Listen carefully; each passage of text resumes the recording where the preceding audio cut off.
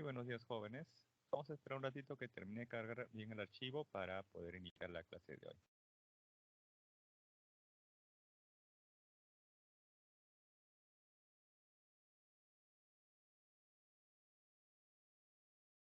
Muy buenos días, jóvenes. Ahora sí, comenzamos. En esta semana, número 6, vamos a hacer el tema de equilibrio, o también conocido en algunos casos como estática. ¿Qué tal? Bien, por ejemplo, acá tenemos tres sistemas. El de arriba, un sistema bastante complejo, que consiste en un puente que está siendo sostenido por unos arcos, los cuales a su vez sostienen al puente mediante unos cables de acero. Esta estructura se observa que se encuentra estática, en reposo o en equilibrio, e inclusive debería quedar de esa manera cuando pase, digamos, un sismo, ¿correcto? Esto, por ejemplo, tienen que analizar a aquellos que van a la carrera de ingeniería civil. Luego tenemos por acá otros sistemas, unos más fáciles, más sencillos de analizar.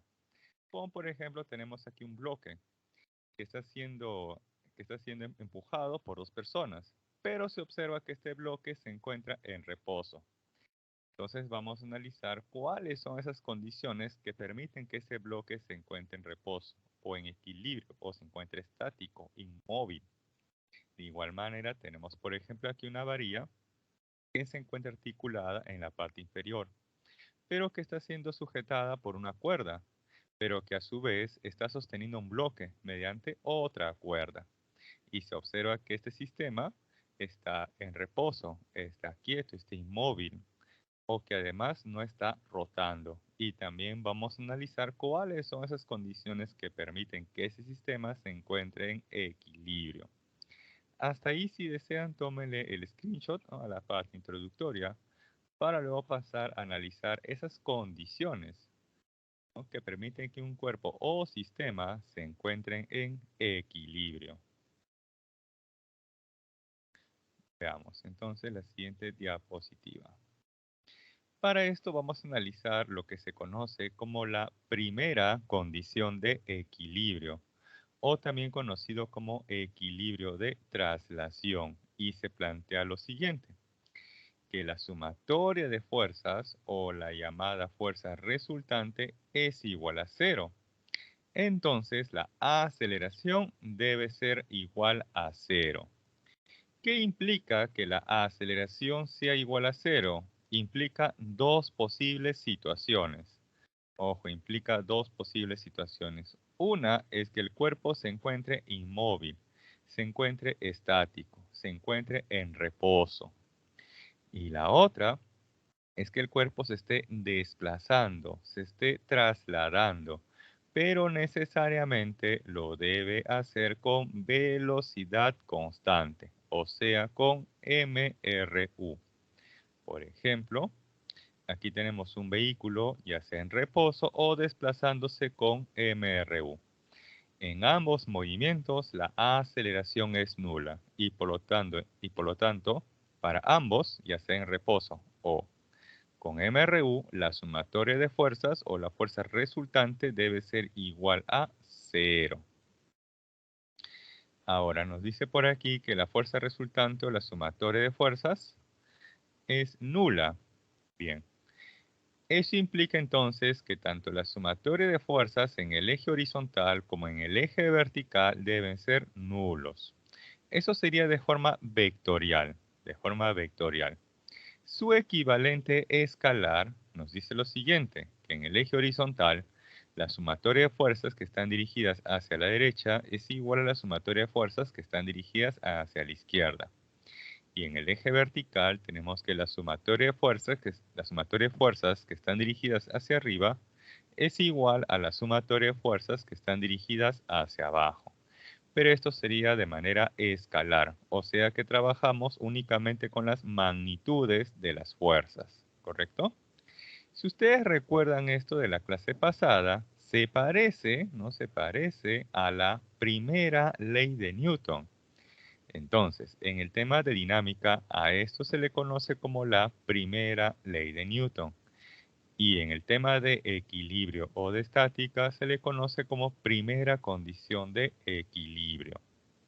Bien, hay que tener presente, ojo, que la primera condición de equilibrio, sí, primera condición de equilibrio es válido únicamente en el contexto de el reposo, ojo, del reposo, o cuando un móvil se desplaza con MRU.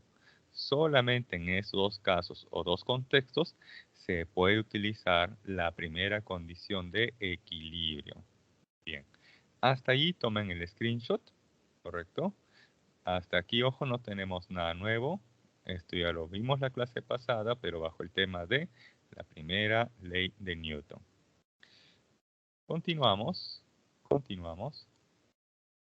Ahora por aquí vamos a hablar acerca de las fuerzas concurrentes. Dice, tres o más fuerzas son concurrentes si sus líneas de acción de fuerza o si sus líneas de acción se interceptan, se cruzan en un punto. Por ejemplo, aquí tenemos tres fuerzas, F1, F2 y F3, actuando sobre un sistema. Cuando digo sistema, hago referencia a que está conformado por dos o más elementos, dos o más cuerpos, ¿correcto? Eso sería de forma general un sistema. Entonces tenemos aquí tres fuerzas, F1, F2 y F3. ¿Cómo sé si estas tres fuerzas son o no concurrentes? Bien, para esto nos dice que esas tres fuerzas o sus líneas de acción de fuerzas deben de concurrir, o sea, deben de interceptarse o cruzarse en un punto. Bien, ahora, ¿qué es una línea de acción de fuerza? Por ejemplo, tenemos aquí la fuerza F1. Voy a prolongar esta fuerza F1 de forma imaginaria con líneas punteadas. Por ejemplo, por aquí, ahí están líneas punteadas de color rojo. Por este lado, esa sería la línea de acción de fuerza. Pero también puedo prolongar de forma imaginaria esa fuerza F1 por este otro lado. Entonces, todas esas líneas punteadas, color rojo, corresponde a la línea de acción de fuerza de F1.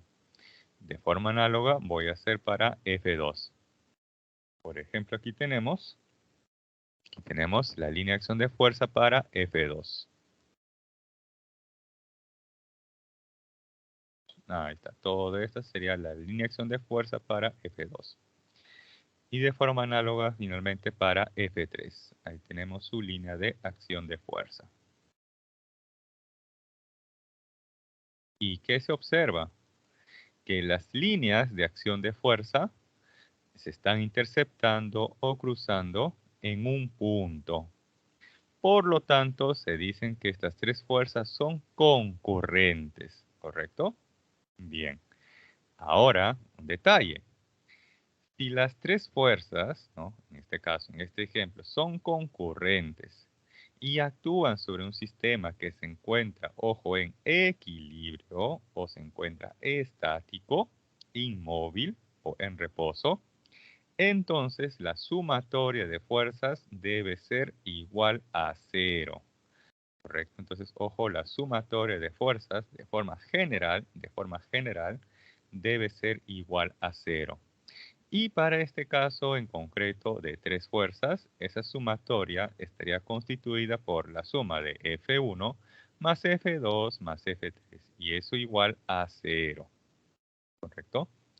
Entonces, ojo, para que esta sumatoria de fuerzas sea igual a cero, las tres fuerzas deben ser concurrentes y además actuando sobre un sistema que se encuentra en equilibrio, en reposo, inmóvil, estático, ¿correcto? Bien, hasta ahí entonces tomen el screenshot. Mientras le toman el screenshot, les comento. ¿Cómo resolver este problema de fuerzas concurrentes?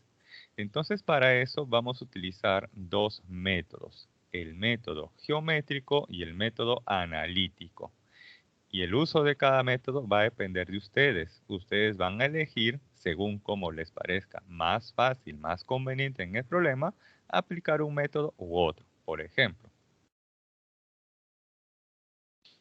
tenemos aquí el método geométrico. Entonces graficamos las tres fuerzas.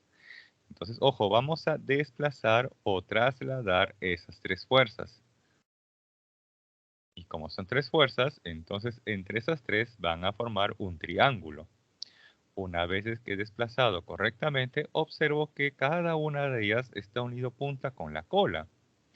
Entonces recordar que del método geométrico, cuando tienen tres vectores unidos, cada uno de ellos punta con la cola, entonces la suma vectorial es igual a cero. Es por eso que la suma de F1 más F2 más F3 es igual a cero. Bien, otra forma del método geométrico sería el siguiente. Grafico ahí las tres fuerzas, F1, F2 y F3, ¿correcto? Y voy a tomar dos de ellas.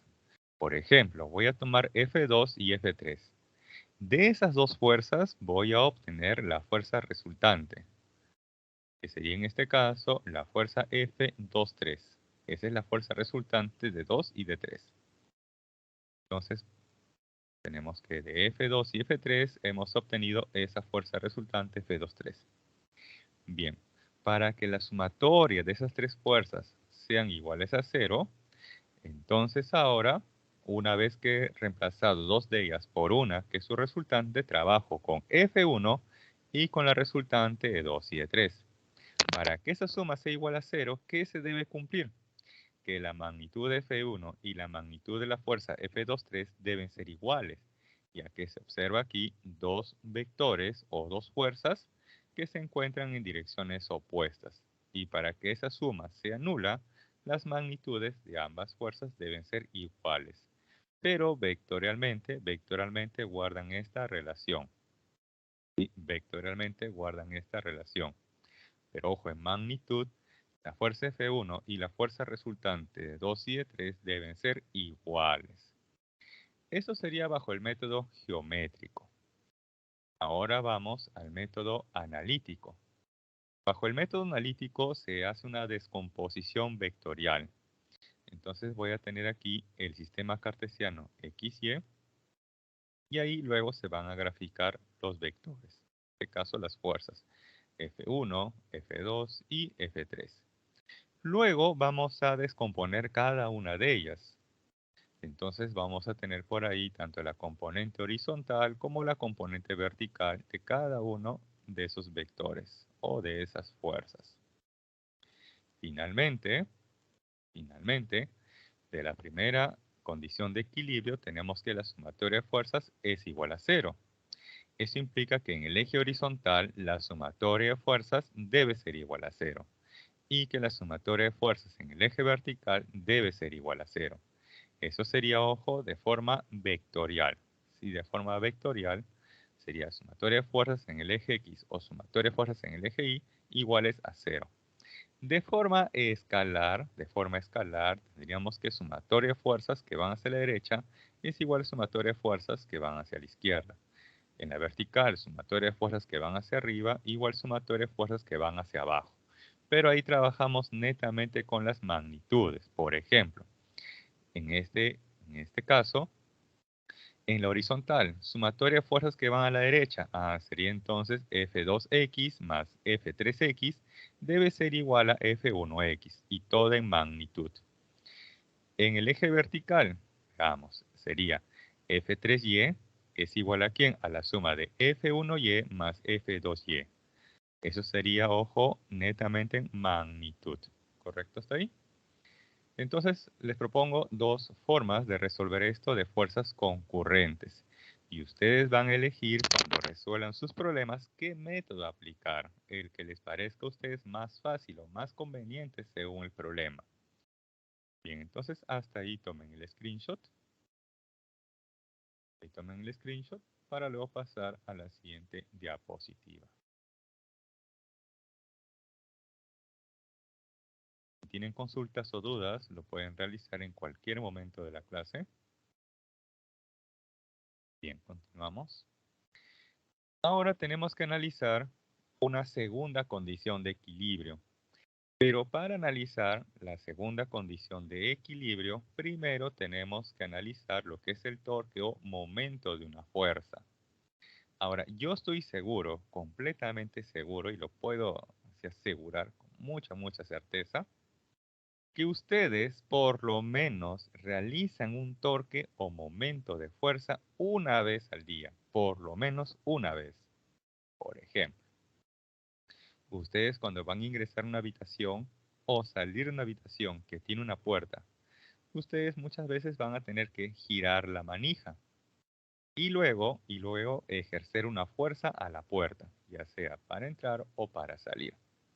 Debido a la acción de esa fuerza que se encuentra a una cierta distancia de la bisagra, ustedes logran rotar la puerta. Por lo tanto, se dice que físicamente ustedes han realizado un torque o que la fuerza que ustedes han ejercido sobre la puerta ha realizado un torque. ¿Por qué? Dice por acá lo siguiente, el torque o momento de fuerza es una cantidad vectorial. Ojo, torque o momento de una fuerza es una cantidad vectorial que indica el efecto de rotación producido por una fuerza.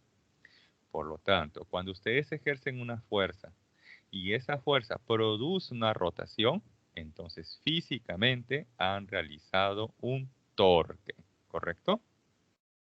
Y eso es justamente lo que se aprecia en este gráfico de la izquierda.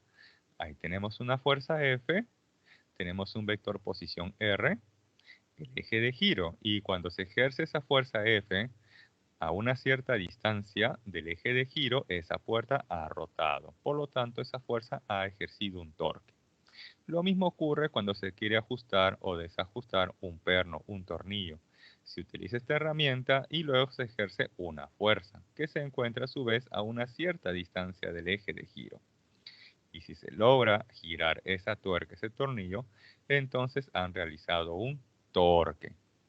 Ahora, ustedes se preguntarán, profe, ¿qué sucede si yo ejerzo una fuerza y ese cuerpo no ha rotado? Ejerzo una fuerza a cualquier distancia y no he logrado la rotación.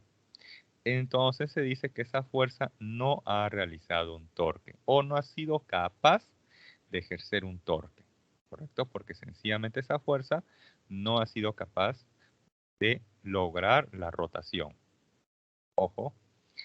Bien. Ahora, yo les propongo hacer un ejemplo o un experimento ahorita en casa. Ustedes se pueden parar de su asiento, ¿sí? Les doy un tiempo prudencial para que se pare.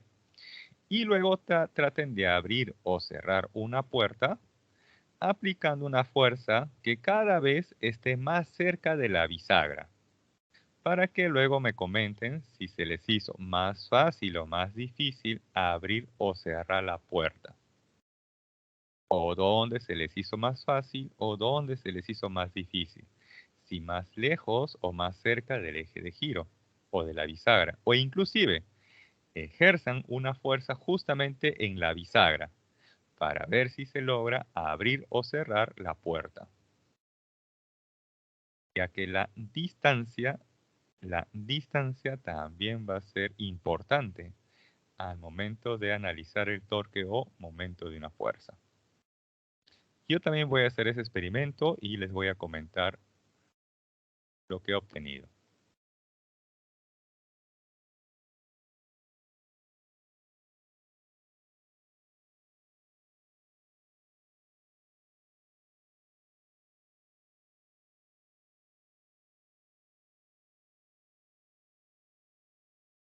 A ver, bien, ya traté en este caso de cerrar la puerta, ¿sí? De cerrar la puerta. Y para mí se me hizo más fácil cerrar la puerta o abrir la puerta ejerciendo una fuerza en la manija. Pero a medida que me iba acercando, a medida que me iba acercando a la bisagra o el eje de giro, se me hacía más difícil. Y cuando apliqué una fuerza justamente en la bisagra, prácticamente no logré hacer la rotación en la puerta. Y es que ahí entra a tallar la distancia. Si bien es cierto, he ejercido una fuerza, pero también hay que tener en cuenta el efecto de la distancia. ¿Correcto? Bien. Entonces, hasta allí tomen el screenshot. Y ojo, hay que tener presente que el torque es una cantidad vectorial y por lo tanto está definida por una magnitud y una dirección. Por lo pronto les voy a enseñar acerca de la magnitud, ¿sí? Acerca de la magnitud del torque o momento de fuerza. Y luego les voy a enseñar a deducir la dirección. Bien, entonces les voy a enseñar aquí dos métodos para determinar el torque o momento de una fuerza. Método 1.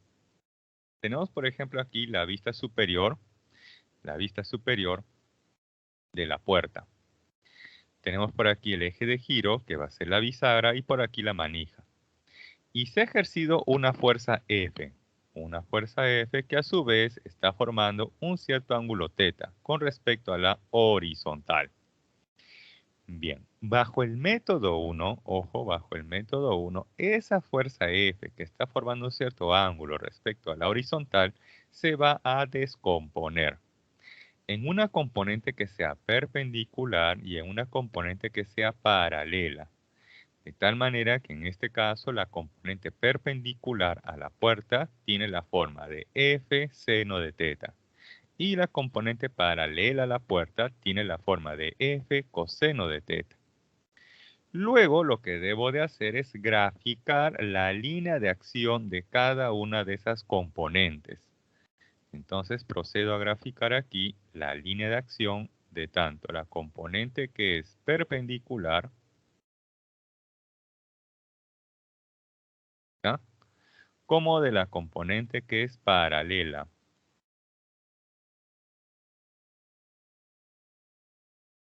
Bien, ¿para qué me sirve en este caso graficar la línea de acción? Es que yo les comentaba que para conocer ese torque debo de tener en cuenta la distancia, ¿no? Ese efecto, la distancia. Bien. ¿Cómo hallar la distancia? Sencillo. Esa distancia, ojo, siempre se evalúa del punto de giro hacia la línea de acción de fuerza. Nuevamente, esa distancia siempre se determina a partir del punto de giro hacia la línea de acción de fuerza. Por ejemplo, yo observo aquí que a grosso modo, la línea de acción de fuerza de la componente que es paralela a la puerta, o sea, F coseno de θ, está prácticamente pasando o cruzando, interceptando el punto de giro.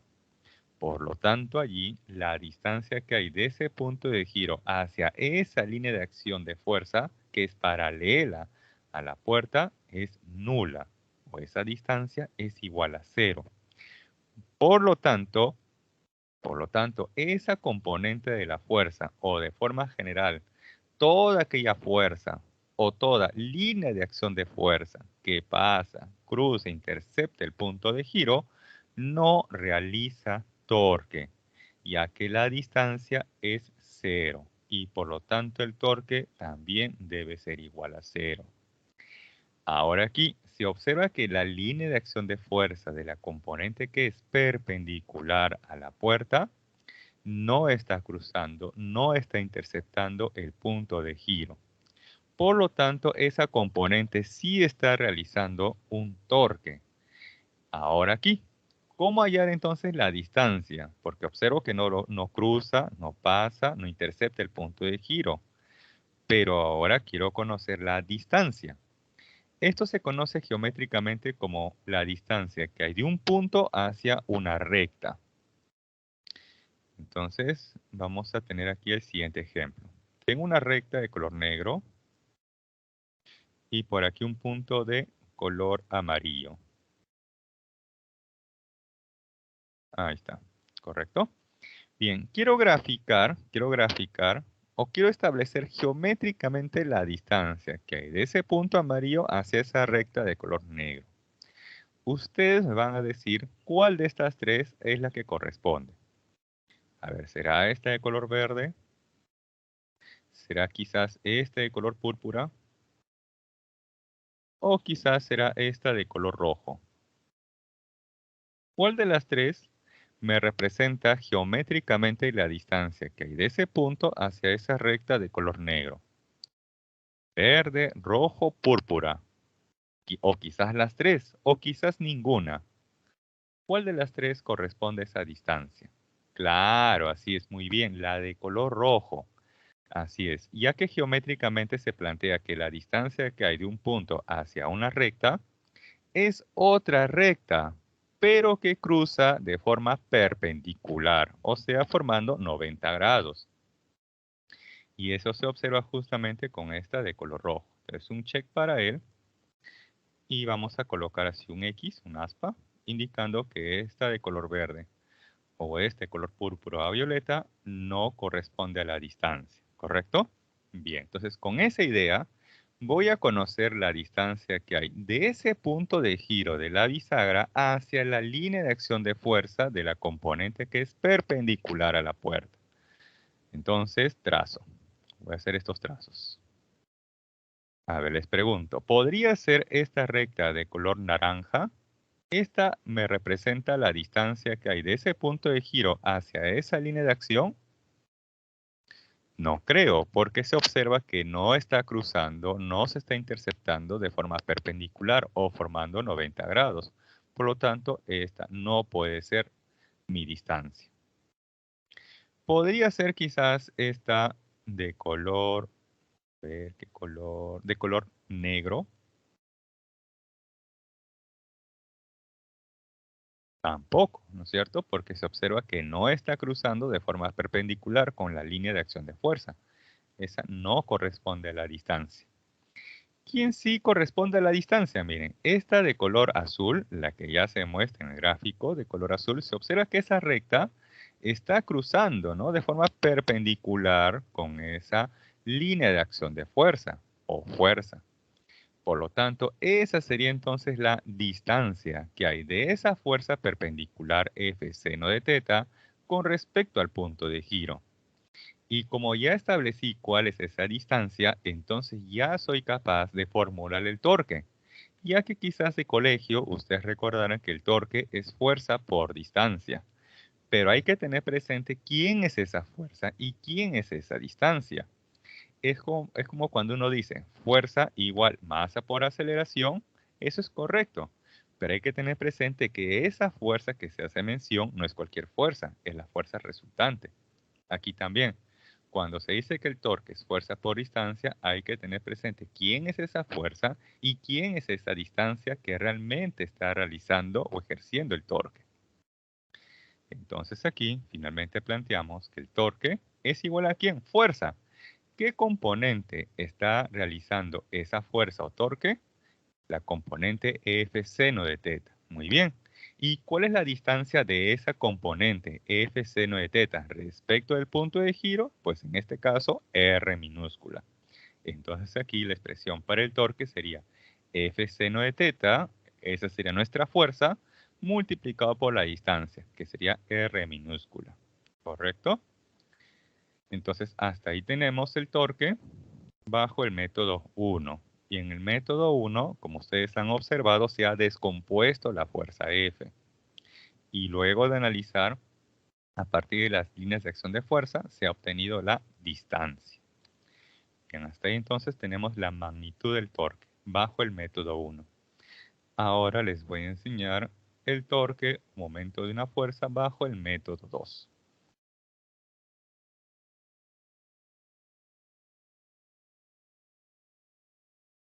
Bien, continuamos ahora bajo el método número 2. Tenemos también aquí lo mismo, tenemos el perfil de la puerta vista desde arriba, tenemos el punto de giro que corresponde a la bisagra, la acción de esa fuerza F formando un cierto ángulo θ respecto a la horizontal, ¿correcto? Ahora, bajo el método 2, no se descompone la fuerza. Lo que vamos a determinar es la distancia. ¿Sí? Vamos a conocer la distancia, pero sin necesidad de descomponer esa fuerza F. Entonces, para esto se debe de trazar la línea de acción de fuerza. Entonces, prolongo esta fuerza F por aquí y también por acá. Prolongamos. Todo esto correspondería a la línea de acción de fuerza. Luego, a partir del punto de giro, debo de buscar una recta que cruce de forma perpendicular a la línea de acción, ya que esa recta va a corresponder a la distancia. Por ejemplo, si yo trazara esta recta de color verde del punto de giro hacia esta línea de acción, observo que ahí no se está cruzando de forma perpendicular. Por lo tanto, esa recta de color verde no correspondería a la distancia, ¿no?, que hubiera del punto de giro hacia esa línea de acción de fuerza. Si yo trazara, por ejemplo, esta de color violeta, tampoco correspondería a mi distancia, ya que se observa que no se está cruzando de manera perpendicular. Tampoco será la distancia. Ahora finalmente hago este trazo que va del punto de giro, ahí está en líneas punteadas de color negro, y observo que se está cruzando o interceptando con la línea de acción de forma perpendicular. Entonces, esa sí corresponde a la distancia. Pero ahora quiero conocer la expresión que tiene esa distancia. Entonces se observa ahí que se ha formado un triángulo rectángulo, donde R minúscula hace el papel de la hipotenusa. Si él es teta, ¿no? Si él es teta, entonces el otro también sería teta. Y finalmente aquí, esta distancia, hace el papel del cateto opuesto respecto al ángulo teta. Por lo tanto, esa distancia tendría la forma de la hipotenusa, que sería R, por el seno de teta. Entonces, ojo, para este ejemplo, la distancia que hay de esa fuerza F hacia el punto de giro tiene la forma de R seno de teta. Ese es para este ejemplo. Y finalmente, como ya sé quién es la fuerza y quién es esa distancia, entonces planteamos que el torque es fuerza por distancia. Entonces tenemos F, la fuerza, por la distancia, que sería la expresión R seno de teta, ¿sí? Para este ejemplo en particular. Bien. Ahora, hay que tener presente que el torque en el sistema internacional se mide en newton metro, ya que la fuerza se expresa en newton y la distancia se expresa en metro. Bien, entonces hasta ahí tomen el screenshot del método número 2. En ocasiones va a ser más fácil aplicar el método 1 y en ocasiones va a ser más fácil aplicar el método 2. Eso va a depender de ustedes, cómo quisieran plantear o resolver el problema. Pero aplicando cualquiera de los métodos, ustedes van a llegar sí o sí a la misma respuesta. ¿Sí? Ustedes aplicando el método 1 o el método 2, sí o sí van a llegar o van a obtener la misma respuesta. ¿Y por qué estamos seguros de eso? ¿Por qué? Porque si yo comparo el resultado del torque bajo el método 1, ahí tenemos, observen, F seno de teta por R, F seno de teta por R. Y comparo ese resultado, ese producto obtenido ahora en el método 2, tenemos aquí FR seno de teta.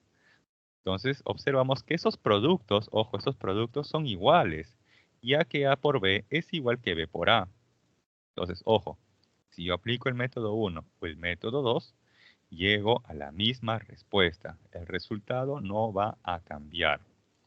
Solo que en ocasiones va a ser más fácil, más rápido aplicar el método 1 y quizás en otras ocasiones va a ser más rápido, más fácil aplicar el método 2. Bien, entonces tomen el screenshot para pasar a la siguiente diapositiva.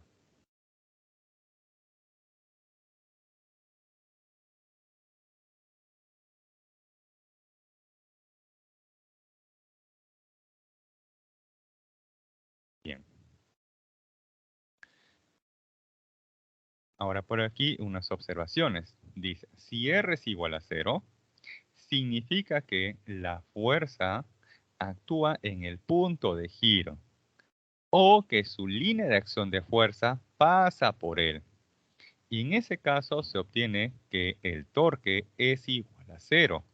Por eso les decía que cuando la fuerza o la línea de acción de fuerza pasa por el punto de giro, la distancia es nula. Por lo tanto, esa fuerza no realiza un giro o no realiza un torque. Por lo tanto, torque igual a 0. Luego tenemos una segunda observación. Dice, si la fuerza F es perpendicular al brazo, entonces θ, el ángulo sería 90 grados. ¿Y qué ocurre ahí? Que sencillamente el torque va a ser F por R. Para que esto se entienda mejor, voy a hacer aquí un pequeño gráfico. Tenemos, por ejemplo, aquí una barra. Ahí está, que se encuentra articulada en el extremo izquierdo. Ahí está. Y tenemos una fuerza F, que es perpendicular. Una fuerza F que es perpendicular. Y que además se encuentra a una cierta distancia, R, del punto de giro. Entonces nos dice que cuando esa fuerza es perpendicular, o sea, forma 90 grados, entonces sencillamente el torque será F por R, ¿no? Que es el caso más sencillo, fuerza por distancia, ¿no? El caso más sencillo. Bien. Finalmente vamos con la dirección, porque les decía que el torque es una cantidad vectorial, por lo tanto está definida por una magnitud y una dirección. Ya sabemos cómo hallar la magnitud del torque bajo el método 1 o el método 2. Ahora vamos con la dirección. Tenemos entonces aquí como tercera observación la convención o el convenio de signos asociados a la dirección del torque. Tenemos por aquí el punto de giro, este punto rojo, punto de giro, y se plantea lo siguiente. Cuando esa fuerza realiza un giro en sentido antihorario, se dice entonces que el torque es positivo. Entonces, ojo, cuando el giro es antihorario, cuando esa fuerza realiza un giro antihorario, entonces el torque tiene dirección positiva. Pero cuando esa fuerza realiza un torque o un giro en sentido horario, entonces se dice que ese torque tiene dirección negativa o que es negativo. ¿Correcto? Esa es la convención de signos. Ahora vamos a practicar con el ejemplo, ¿no? O el gráfico de arriba. Por ejemplo, esta fuerza F que se encuentra a una cierta distancia R del punto de giro, establece un torque, un giro en sentido horario o antihorario. Si esta fuerza F está dirigida hacia arriba, entonces entre comillas, esta barra va a ir hacia arriba. Pero como aquí tenemos un punto de giro, entonces la barra, entre comillas, va a ir hacia arriba, pero realizando este giro. Y como bien dicen por ahí, es antihorario. O sea que esa fuerza realiza un torque positivo, ya que se observa que es antihorario. Ahora por aquí, ¿qué sucedería si tendríamos por acá una fuerza F'? Ahí tenemos esta fuerza F'. F'. Esta fuerza se observa que está dirigida hacia abajo. Por lo tanto, esta fuerza F' realiza un torque en sentido horario o antihorario. Si esa fuerza F' está dirigida hacia abajo, entonces entre comillas la barra se desplazaría hacia abajo. Pero como aquí tenemos un punto de giro, entonces esa barra va a ir hacia abajo, pero rotando respecto a ese punto de giro. Entonces va a realizar un giro en sentido horario. Y por lo tanto el torque sería negativo. ¿Sí? Entonces, de esa manera uno podría reconocer si esa fuerza realiza un torque en sentido horario o antihorario. Y ojo que siempre es con respecto a un punto de giro. Si ustedes cambian ese punto de giro y lo colocan, por decir, al extremo derecho, van a observar entonces que ese giro cambia. No necesariamente va a permanecer igual. Quizás, si inicialmente con respecto al extremo izquierdo haría un giro antihorario, si yo coloco ese punto de giro en el extremo derecho, entonces esa misma fuerza va a realizar ahora un torque en sentido contrario. Si gustan, hagan la prueba. ¿Correcto? Entonces, ojo, esto del sentido horario o antihorario depende, ojo, depende de dónde está ubicado el punto de giro. ¿Sí? Depende. No necesariamente ese giro va a permanecer igual, o sea, horario o antihorario, cuando se cambie también ese punto de giro. Bien, hasta ahí tomen el screenshot para pasar a la siguiente diapositiva.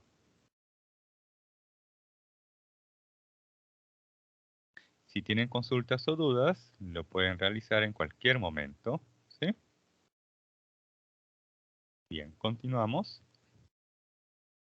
Ahora bien, finalmente, como ya sabemos determinar el torque o momento de una fuerza, entonces ya somos capaces de formular la segunda condición de equilibrio, o también conocido como equilibrio de rotación.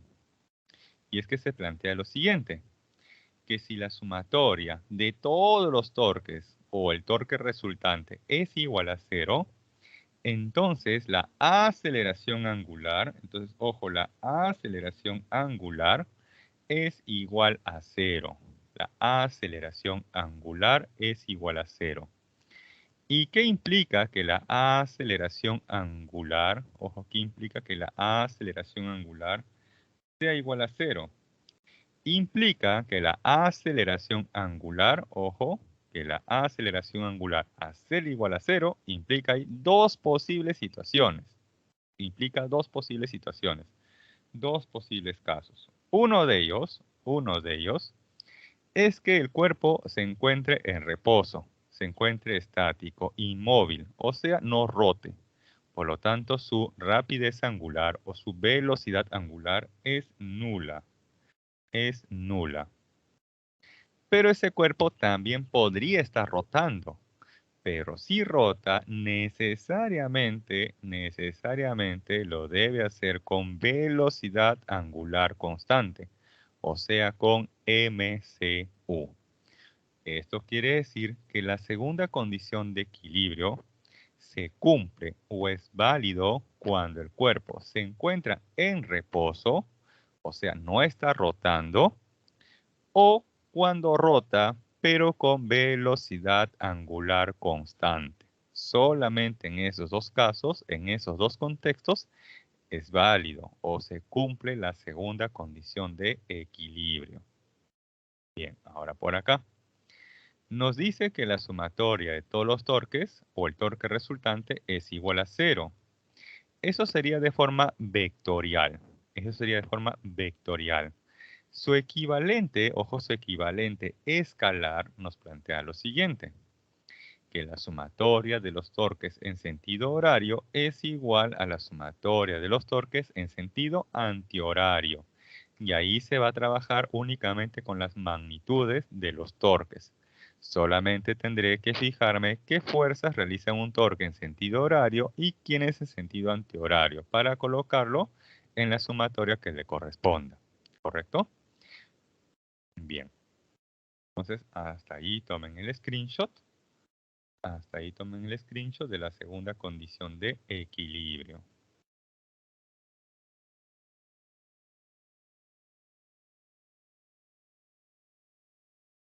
Mientras les hago esta pregunta, miren, en el examen les podrían proponer lo siguiente, les dicen. En el contexto le mencionan que un ventilador está encendido, está prendido, ¿correcto? Entonces en la primera proposición les dicen, las aspas del ventilador o si las aspas del ventilador giran con velocidad angular constante, entonces las aspas del ventilador cumplen la segunda condición de equilibrio. ¿Verdadero o falso?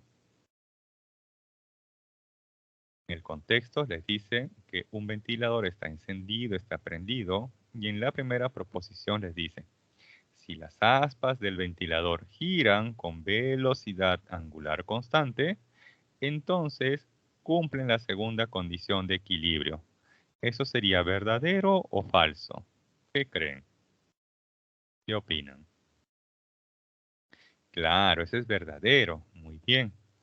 Ya que si giran con velocidad angular constante, o sea, con MCU, entonces la aceleración angular es igual a cero, o sea que la sumatoria de todos los torques o el torque resultante es igual a cero y por lo tanto está cumpliendo la segunda condición de equilibrio.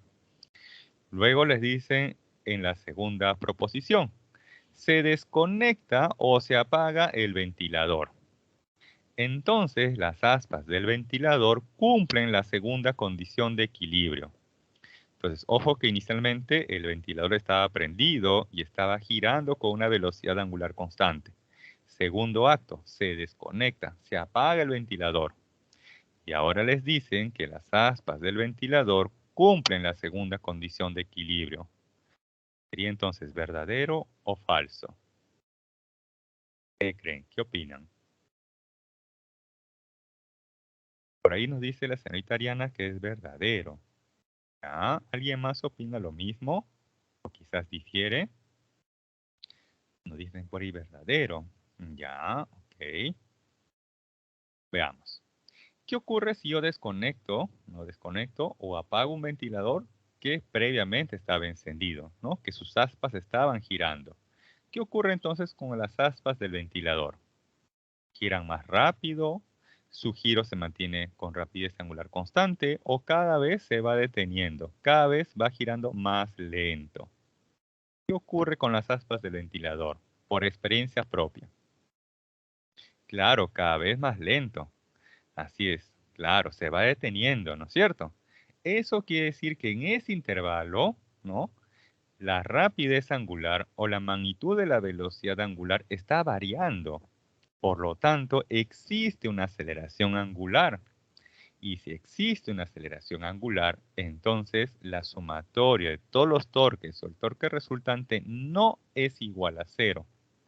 Por lo tanto, no se está cumpliendo en esa transición, en ese intervalo, la segunda condición de equilibrio. Porque, ojo, ahí dice bien claro, la segunda condición de equilibrio solamente se cumple en dos casos, cuando está en reposo o cuando gira con MCU. No dice ahí para nada con MCUV, ¿correcto? Finalmente le dicen tercera proposición. Las aspas del ventilador están en reposo, ¿no? Porque claro está que si yo desconecto se van deteniendo cada vez más hasta que finalmente se quedan en reposo. Entonces, tercera proposición les dice, cuando las aspas del ventilador están en reposo, cumplen la segunda condición de equilibrio, verdadero o falso. Ahí es verdadero, así es, porque como ya están en reposo, entonces velocidad angular igual a cero, aceleración angular igual a cero y por lo tanto el torque resultante o la sumatoria de todos los torques es igual a cero. Por lo tanto, verdadero. Muy bien. Estos tipos de preguntas se suele preguntar, ya que es un antes, durante y después. ¿Correcto? Es todo un evento. Y les preguntan así de forma secuencial. ¿Correcto? Entonces tengan presente ese ejemplo. Ahora sí, pasamos a la siguiente diapositiva. Bien, en resumen, se dice que un cuerpo o un sistema, que es dos o más cuerpos, se encuentran en equilibrio cuando cumplen, ojo, cuando cumplen de forma simultánea, ojo, de forma simultánea, tanto la primera como la segunda condición de equilibrio. Nuevamente, un cuerpo o sistema se encuentra en equilibrio cuando cumplen de forma simultánea, ojo, de forma simultánea, tanto la primera como la segunda condición de equilibrio. ¿Qué sucedería si un cuerpo o sistema solamente cumple la primera o solamente cumple la segunda condición de equilibrio? Entonces se dice que ese cuerpo o sistema no se encuentra en equilibrio. Por ejemplo, en el examen les podrían decir, si un cuerpo cumple la primera condición de equilibrio, entonces se encuentra en equilibrio.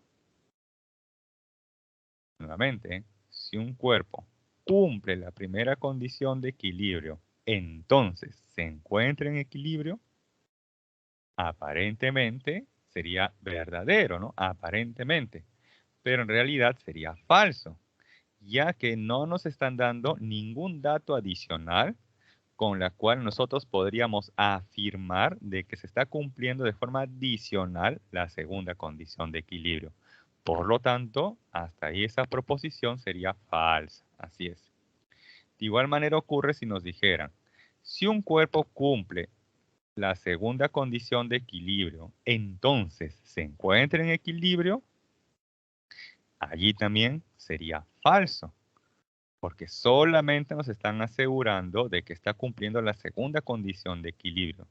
No nos están dando hasta ahí datos adicionales de forma indirecta con la cual nosotros podamos concluir de que también está cumpliendo la primera condición de equilibrio. Por lo tanto, sería falso. Pero si nos dijeran, si un cuerpo cumple la primera y la segunda condición de equilibrio, entonces se encuentra en equilibrio, eso sí sería verdadero, ¿correcto? Bien, otra forma indirecta de decirles esto es de la siguiente manera. Miren, dice, en la primera condición de equilibrio, o también llamada equilibrio de traslación, ojo, dice, se aplica al estado de reposo o de MRU. Ojo, dice al estado de reposo o del MRU. Y en la segunda condición de equilibrio, o también llamado equilibrio de rotación, dice se aplica al estado de reposo o del MCU. O sea, que cuando un cuerpo se encuentra en reposo, se encuentra inmóvil, no está rotando, entonces ese cuerpo está en equilibrio, porque está cumpliendo ambas condiciones, ya que en ambas, si ustedes observan, tienen ustedes ahí algo en común, que en ambos dice reposo, ¿sí? Pero ¿qué pasaría si en el examen les dijeran, atentos, un cuerpo se desplaza con MRU? Entonces, ¿se encuentra en equilibrio? ¿Verdadero o falso? Si le dicen simplemente, un móvil se desplaza con MRU, entonces se encuentra en equilibrio. ¿Verdadero o falso? Ahí sería falso, ya que si se desplaza con MRU, me están indicando que está cumpliendo únicamente la primera condición de equilibrio. Si me dijeran, un cuerpo rota describiendo un MCU, por lo tanto se encuentra en equilibrio. Eso también sería falso, ya que me están indicando que solamente está cumpliendo la segunda condición de equilibrio, ¿correcto? Pero cuando me digan, si un cuerpo se encuentra en reposo, inmóvil, estático, entonces se encuentra en equilibrio, sí, verdadero. ¿Correcto? Porque está cumpliendo, como observan ahí, tanto la primera como la segunda condición de equilibrio. Bien, jóvenes, entonces lo dejamos hasta ahí, 11:55, y después de unos 15 minutos, luego del receso, continuamos, ¿correcto? Si tienen consultas o dudas, lo pueden indicar en el chat o quizás con su audio. Bien.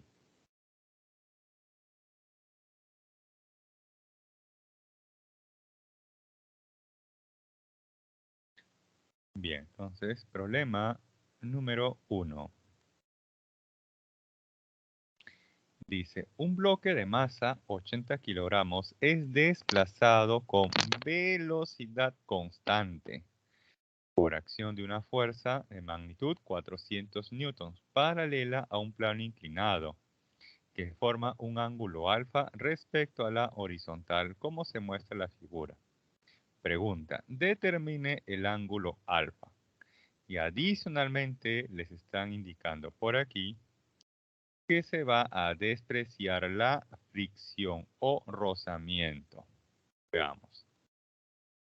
Tenemos ahí el plano inclinado, tenemos al bloque de masa M y que está siendo desplazado mediante una fuerza de magnitud 400 newtons y adicionalmente con velocidad constante.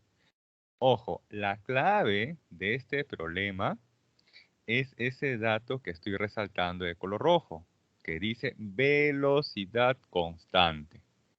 Si dice con velocidad constante, entonces eso implica que el bloque se está desplazando con MRU. Del MRU que se tiene, que como la velocidad es constante, la aceleración es igual a 0. Y si la aceleración es igual a 0, entonces la sumatoria de fuerzas o la fuerza resultante es igual a 0. Y a partir de ahí se va a resolver el problema. Ahora, como he mencionado sumatoria de fuerzas o fuerza resultante, entonces tenemos que graficar las otras fuerzas que están actuando sobre ese bloque. Una de ellas es la fuerza F, pero no es la única. Como ese bloque tiene masa, entonces tiene un peso y el peso se grafica verticalmente hacia abajo. Muy bien. Luego tenemos aquí otra fuerza, que es la normal. ya que este bloque está en contacto con una superficie. Y esa fuerza normal, además, siempre es perpendicular con respecto a la superficie. Bien. Nos dicen además que despreciemos la fricción. Por lo tanto, aquí no se va a considerar, ojo, no se va a considerar la fuerza de rozamiento. Luego observamos que la normal es una fuerza perpendicular al desplazamiento. La fuerza F es paralela al desplazamiento. Eso quiere decir que estas dos fuerzas no las voy a descomponer, ¿sí? No las voy a descomponer.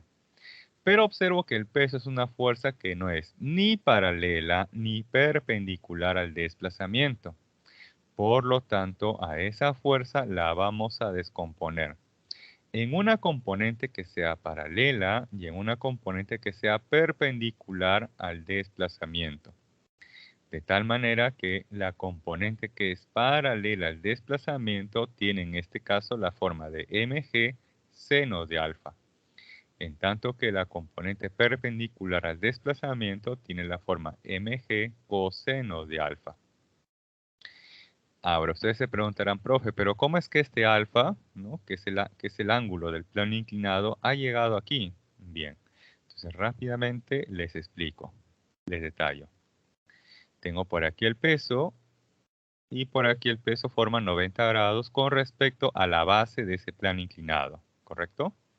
Entonces, si él es alfa, yo podría indicar que este ángulo sería este ángulo de color púrpura, por ejemplo, sería 90 menos alfa, ¿cierto? Luego, esta componente perpendicular del peso, la de color rojo, justamente es perpendicular, o sea, forma 90 grados con el plano inclinado. Entonces, sé que él es 90, este ángulo púrpura es 90 menos alfa, pero como todo debe sumar 180, entonces este ángulo que forma el peso con su componente perpendicular debería ser alfa, ¿cierto? Luego, observo entonces que esa componente que es perpendicular, la de color rojo, hace el papel del cateto adyacente a ese ángulo alfa. Por lo tanto, tiene la forma de la hipotenusa por el coseno de alfa, en este caso mg coseno de alfa. Y la componente que es paralela al desplazamiento hace el papel del cateto opuesto al ángulo alfa. Por lo tanto, para él sería la hipotenusa por el seno de alfa, o sea, en este caso mg seno de alfa, ¿correcto? Bien, ya hemos descompuesto. Y ahora podemos plantear que la sumatoria de fuerzas es igual a cero. Por ejemplo, en el eje que es perpendicular al desplazamiento, podemos decir sumatoria de fuerzas que van hacia arriba es igual a la sumatoria de fuerzas que van hacia abajo. O sea que la normal debe ser igual en magnitud a mg coseno de alfa. Y lamentablemente de ahí no se podría conocer el valor del ángulo alfa porque no nos dicen cuánto vale la normal. Ahora vamos al eje que es paralelo al desplazamiento, ¿sí? Al eje paralelo al desplazamiento. Entonces, en ese eje podríamos plantear sumatoria de fuerzas que van a la derecha es igual a sumatoria de fuerzas que van hacia la izquierda. Y de ahí, ¿qué se va a obtener? De ahí se va a obtener entonces que la fuerza F, que está dirigida hacia la derecha, es igual a mg seno de alfa, que está dirigida hacia la izquierda, ¿no? En ese plano paralelo al desplazamiento, o a ese eje paralelo al desplazamiento. Finalmente reemplazamos los valores. Esa fuerza F en magnitud es igual a 400, m 80, g magnitud de la gravedad 10, y eso por el seno de alfa. 80 por 10, 800, que pasa a dividir a 400, y eso me va a dar un medio. O sea que seno de alfa es igual a un medio. Y finalmente ahí nos hacemos la pregunta, ¿para qué ángulo la función seno toma el valor de un medio? Y eso se cumple cuando el ángulo es de 30 grados. Y de esa manera entonces se ha resuelto el problema número 1. ¿Correcto? Entonces hasta ahí le pueden tomar el screenshot. Hasta ahí le pueden tomar el screenshot. Y este problema se ha resuelto únicamente con la primera condición de equilibrio, o conocida de la clase pasada como la primera ley de Newton. Y todo partió porque hemos visto que dice en la parte de color rojo que ese bloque es desplazado con velocidad constante. Esa es justamente la parte clave del problema. ¿Sí? Bien, continuamos. Problema número 2.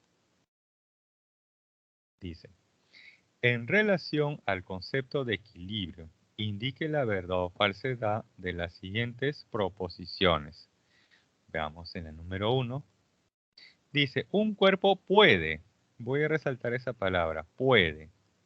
Ojo, dice, puede estar en reposo con respecto a un sistema de referencia, o sea, con respecto a un observador, y en movimiento con respecto a otro sistema de referencia u otro observador.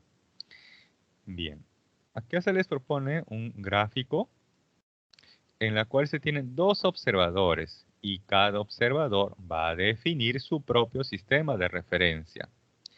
La persona que se encuentra fuera de ese vehículo, no, la persona A, está en reposo, en tanto que la persona B se encuentra dentro de ese vehículo y ese vehículo, ojo, se está desplazando a una cierta velocidad. Entonces ambos, A y B, el que está tanto afuera como dentro de ese vehículo, van a observar ese objeto de color rojo. Para la persona que está ubicada fuera del vehículo, la persona A o el observador A, va a tener en cuenta que él observa que el móvil de color rojo se está desplazando. Entonces para él ese objeto de color rojo tiene movimiento, ya que está cambiando de posición en el espacio.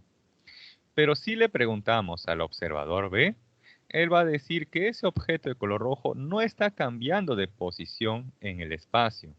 Por lo tanto, para B, ese objeto no tiene movimiento. Esto es análogo a cuando ustedes van en el bus y sostienen su celular. No están chateando, están whatsappeando con su celular y están sentados.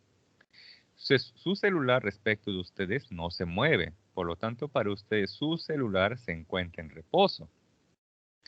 Pero para una persona que se encuentra fuera del bus y observa su celular mientras el bus se encuentra en movimiento, entonces para esa persona su celular sí está cambiando de posición. Por lo tanto, para esa persona su celular tiene una cierta velocidad, ¿correcto? Tiene movimiento. Entonces, con eso, ¿cómo creen que debe ser la primera proposición? ¿Verdadero o falso? Ya que además dice puede. Dice un cuerpo puede estar en reposo con respecto a un sistema de referencia y en movimiento respecto a otro. Claro, así es, verdadero. Muy bien, verdadero, perfecto. ¿Sí? Vamos entonces a la segunda proposición. Dice, si la fuerza resultante sobre un cuerpo es nula, entonces, ojo, entonces está necesariamente en reposo. Ojo, dice necesariamente está o se encuentra en reposo. ¿Cómo creen que debe ser la segunda proposición? Claro, así es, señorita Cintia, eso es correcto, eso es falso. ¿Por qué? Porque nos dice lo siguiente. Cuando la sumatoria de fuerzas sobre un cuerpo es igual a cero o es nula, entonces la aceleración es nula. Y si la aceleración es nula, nos encontramos en dos contextos. Una de ellas es que el cuerpo no se mueve, se encuentra estático, se encuentra inmóvil, o sea, en reposo. Pero la otra podría ser que el móvil se esté desplazando, pero ojo con velocidad constante. Y aquí nos dicen que cuando la fuerza resultante es nula, ese móvil, ese cuerpo necesariamente está en reposo. Y eso es falso. Porque, ojo, dice necesariamente. Sí, necesariamente. Lo cual no es cierto, ya que el móvil podría encontrarse en movimiento, pero ojo, necesariamente con MRU o con velocidad constante. Es por eso que hay que tener presentes esas palabras. Puede, necesariamente, quizás. Si en la segunda proposición esa palabra necesariamente yo lo hubiera cambiado por la palabra puede, entonces ahí sería verdadero, porque si les dijeran, si la fuerza resultante sobre un cuerpo es nula, entonces ¿puede estar en reposo? Sí, verdadero. ¿Puede? Sí, sí puede. Pero como dice necesariamente, eso lo hace falso. Algo similar ocurre en la primera proposición. Dice un cuerpo puede. Puede, sí, verdadero. Pero si hubieran dicho un cuerpo necesariamente, ¿no? En vez de la palabra puede, lo cambian por la palabra necesariamente. En ese caso sería falso. Porque necesariamente siempre se da de eso, no, no necesariamente. Pero ¿puede darse el caso? Sí, sí se puede dar el caso. Entonces, por eso tengan mucho cuidado con esas palabras. Puede, necesariamente, siempre, quizás, ¿no? Entre otras. Finalmente, en la tercera proposición dice, para resolver un problema de estática o de equilibrio, se debe tener en cuenta las dos condiciones de equilibrio. Bien, en el problema 1 se resolvió el problema básicamente aplicando la primera condición de equilibrio. Quizás en otros tipos de problemas sea necesario solamente utilizar la segunda condición de equilibrio. Pero ocurre también que existen problemas en los cuales se deben de aplicar ambas condiciones de equilibrio. Por lo tanto, para resolver un problema de estático o de equilibrio, se debe tener en cuenta ambas condiciones o las dos condiciones de equilibrio. Es por eso que la tercera es verdadero. ¿Sí? Entonces, hasta ahí tomen el screenshot para luego pasar al problema número 3.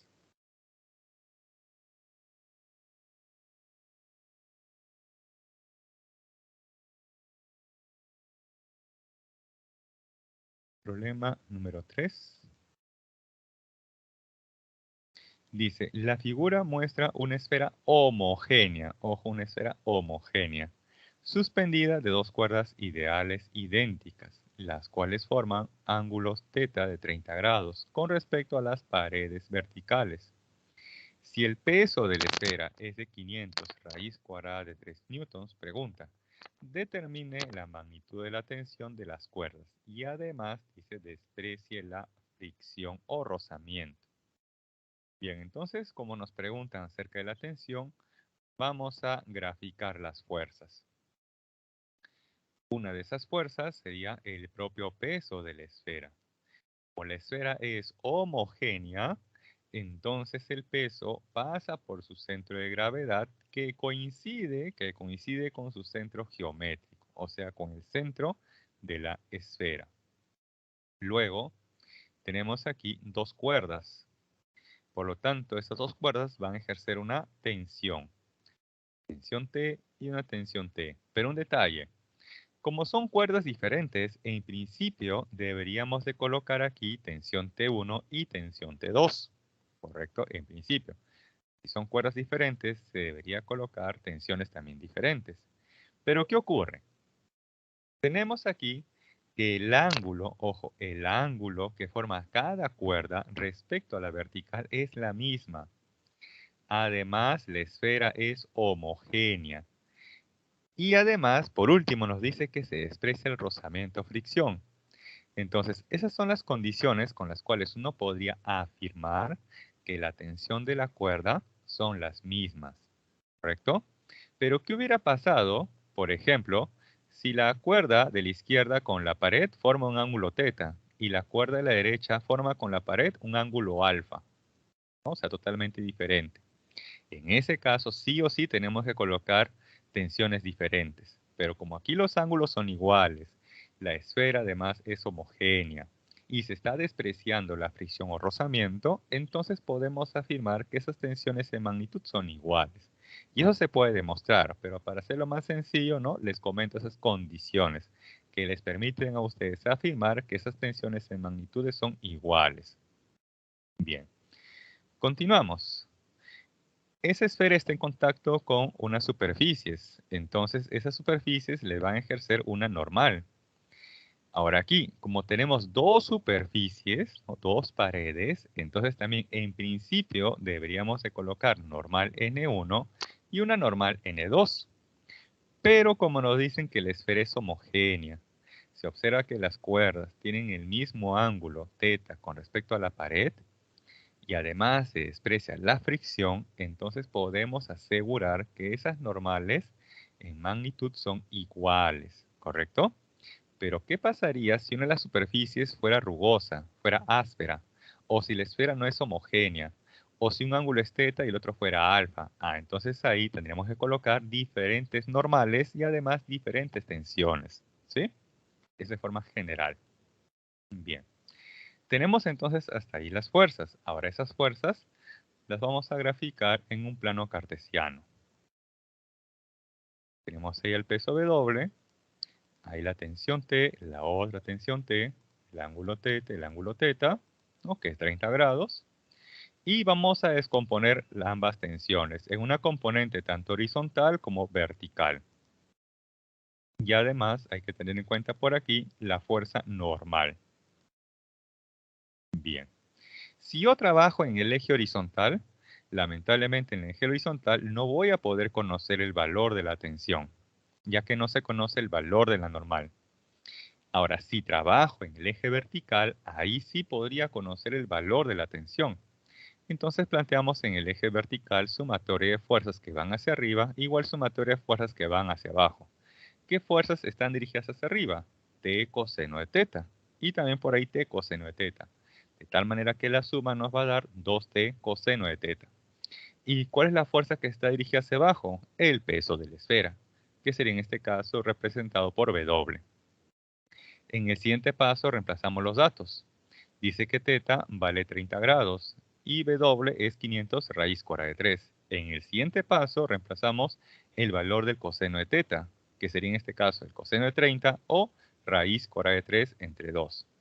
De ahí fácilmente se va a cancelar la raíz cuadrada de 3, se cancela 2 con 2 y obtenemos rápidamente que la tensión de las cuerdas en magnitud es igual a 500 newton.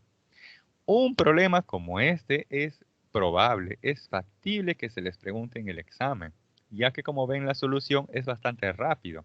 Se cancelan por ahí los términos y automáticamente obtienen la tensión de la cuerda. Bien, entonces tomen el screenshot para pasar al problema número 4.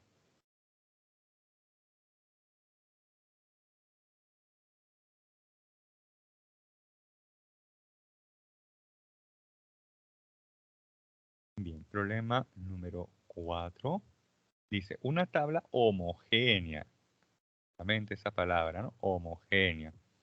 De masa 12 kilogramos y longitud 5 metros. Está suspendida de dos cuerdas verticales ideales A y B, como se muestra en la figura. La cuerda A está conectada en un extremo de la tabla y la cuerda B a 1 metro del otro extremo. Si una caja de masa 2 kilogramos es colocada a 1 metro de la cuerda A, pregunta, ¿cuáles son las tensiones en las cuerdas A y B respectivamente? O sea, en sus respuestas, en sus alternativas, primero debe estar la tensión A y luego la tensión B. Bien. Para esto vamos a graficar las fuerzas que actúan sobre esa tabla homogénea. Como es homogénea, quiere decir entonces que su peso estará pasando por su centro de gravedad, que además coincide con su centro geométrico. Y como la tabla mide 5 metros, entonces se va a encontrar a 2,5 metros de cada extremo. Entonces, por el punto medio, ahí tenemos el peso de la tabla. Si su masa es 12 kilogramos, su peso sería entonces 120 newtons. Graficamos luego aquí el peso de esa caja. Si su masa es 2 kilogramos, su peso será 20 newtons. Luego por aquí la tensión de la cuerda A y la tensión de la cuerda B. Y son las fuerzas que están actuando sobre esa tabla homogénea. Luego, vamos a plantear la primera condición de equilibrio. Sumatoria de fuerzas que van hacia arriba es igual a sumatoria de fuerzas que van hacia abajo. El gráfico entonces, ¿qué fuerzas están dirigidas hacia arriba? Las tensiones A y B. ¿Y qué fuerzas están dirigidas hacia abajo? Estos dos pesos. Entonces tenemos ahí tensión A más tensión B es igual a 20 más 120. O sea que la tensión A más la tensión en B es igual a 140 newtons. Hasta allí, ojo, sé que la suma de ambas tensiones es igual a 140. Lamentablemente, no sé todavía de forma independiente cuánto vale cada tensión. No puedo decir que ambas van a ser iguales, o sea, 70-70, 60-80, 40-100. No sé todavía cuánto vale, ¿no?, de forma independiente cada tensión. Solo sé que la suma es 140. Y hasta ahí he agotado, ¿no?, la primera condición de equilibrio. Entonces, será necesario complementar con la segunda condición de equilibrio. Pero para esto tenemos que tomar un punto de giro. Yo les sugiero tomar el punto de giro por donde pasa una fuerza que se desconoce su magnitud. Una de esas fuerzas que se desconoce su magnitud es la tensión en A. Entonces, para este caso voy a tomar como punto de giro O por donde pasa la tensión A. Entonces, con respecto a ese punto de giro, tenemos que establecer ahora el torque que produce cada una de las fuerzas.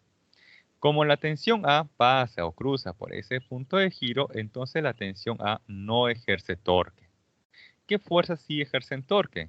Los dos pesos, tanto de la caja como de la tabla, y además la tensión de la cuerda B. Entonces, ya sé quiénes ejercen torque, pero también es necesario saber cuál es el sentido, si es horario o antihorario respecto al punto O. Entonces, observo que el peso de la tabla está dirigido hacia abajo. Entonces, entre comillas, la tabla iría hacia abajo.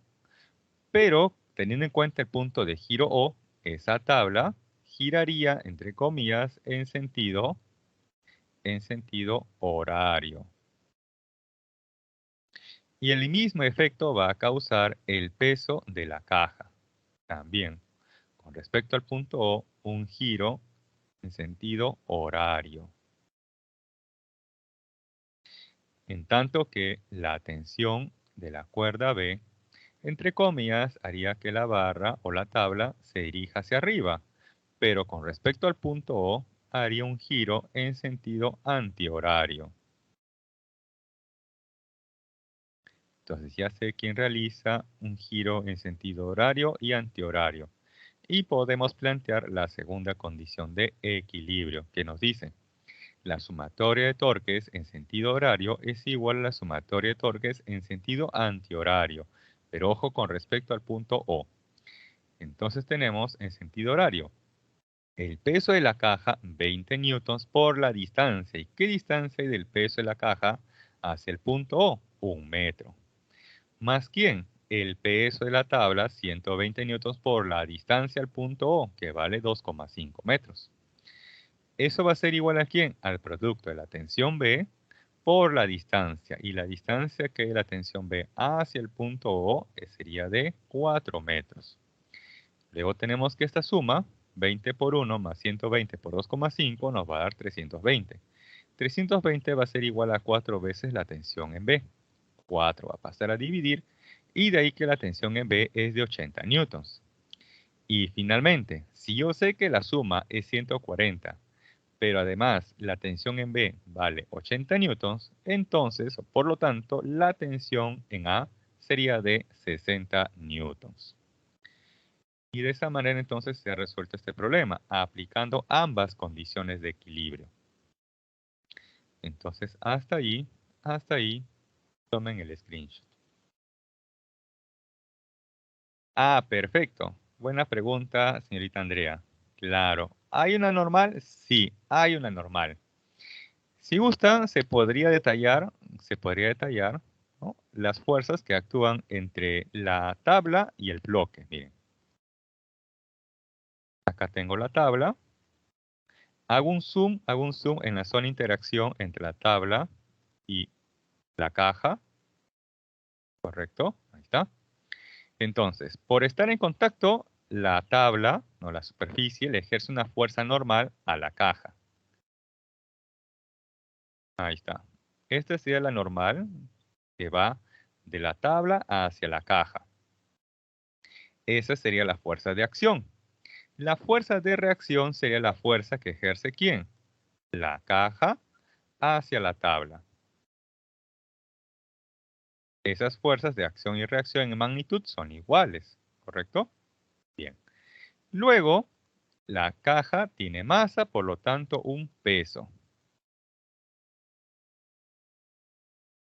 Un peso.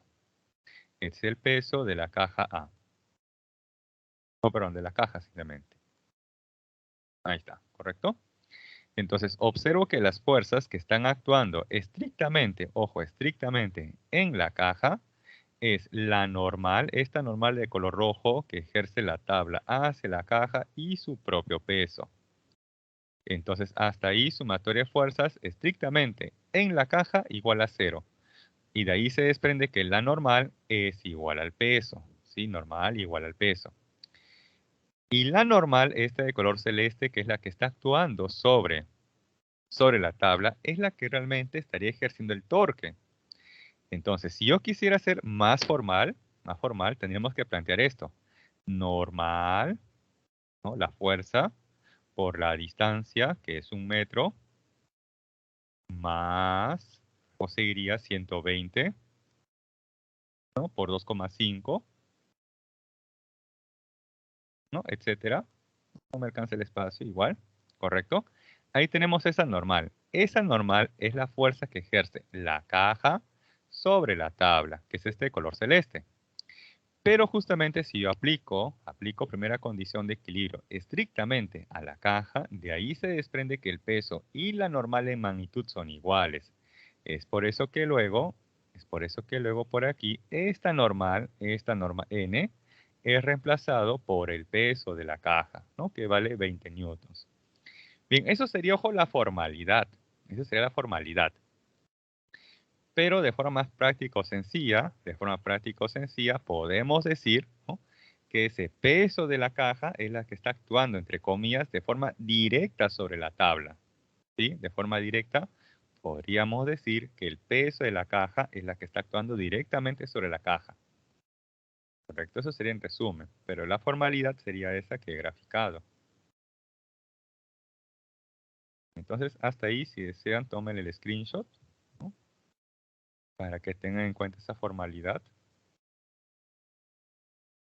Ok, Andrea, no te preocupes. Javín, gracias por tu observación. Listo, problema entonces número 5. Dice, un bloque homogéneo, nuevamente homogéneo, de masa 20 kilogramos, está suspendido de dos cuerdas verticales ideales, tal como se muestra en la figura. Determine la magnitud de las tensiones T1 y T2 de las cuerdas respectivamente. Entonces, para esto vamos a graficar las fuerzas. Ahí tenemos la tensión T1 y por ahí la tensión T2, que nos están preguntando. Luego, este bloque es homogéneo y tiene una cierta cantidad de masa. Por lo tanto, si tiene masa, tiene un peso. Su peso estará pasando por el centro de gravedad. Pero como es homogéneo, entonces su centro de gravedad coincide con su centro geométrico. Por eso que luego se va a graficar al peso pasando por el punto medio, ¿no?, del bloque. Muy bien. Si su masa es 20 kilogramos, su peso sería entonces de 200 newtons. Hasta ahí podríamos plantear primera condición de equilibrio. O sea, sumatoria de fuerzas que van hacia arriba igual sumatoria de fuerzas que van hacia abajo. De ahí se tiene que T1 más T2, que son las fuerzas que van hacia arriba, debe ser igual al peso, que es la única fuerza que va dirigida hacia abajo. Pero hasta ahí solamente sé que la suma es 200. No sé todavía de forma independiente cuánto vale cada fuerza. Entonces debemos de complementar con la segunda condición de equilibrio. O sea, debemos de trabajar con torques. Y para trabajar con el torque se debe establecer el punto de giro y las distancias de las fuerzas respecto al punto de giro. Bien, voy a considerar como punto de giro al punto O, que es por donde pasa la tensión T2, que es una fuerza que por el momento se desconoce su magnitud. Bien, entonces respecto al punto O, la tensión T1 y el peso de ese bloque realizarían un torque. La tensión T1, entre comillas, haría que el bloque vaya hacia arriba y respecto al punto O, haría un giro en sentido antihorario.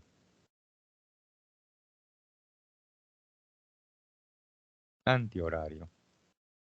En tanto que el peso del bloque haría que el bloque vaya hacia abajo y respecto al punto O, haría un giro en sentido horario.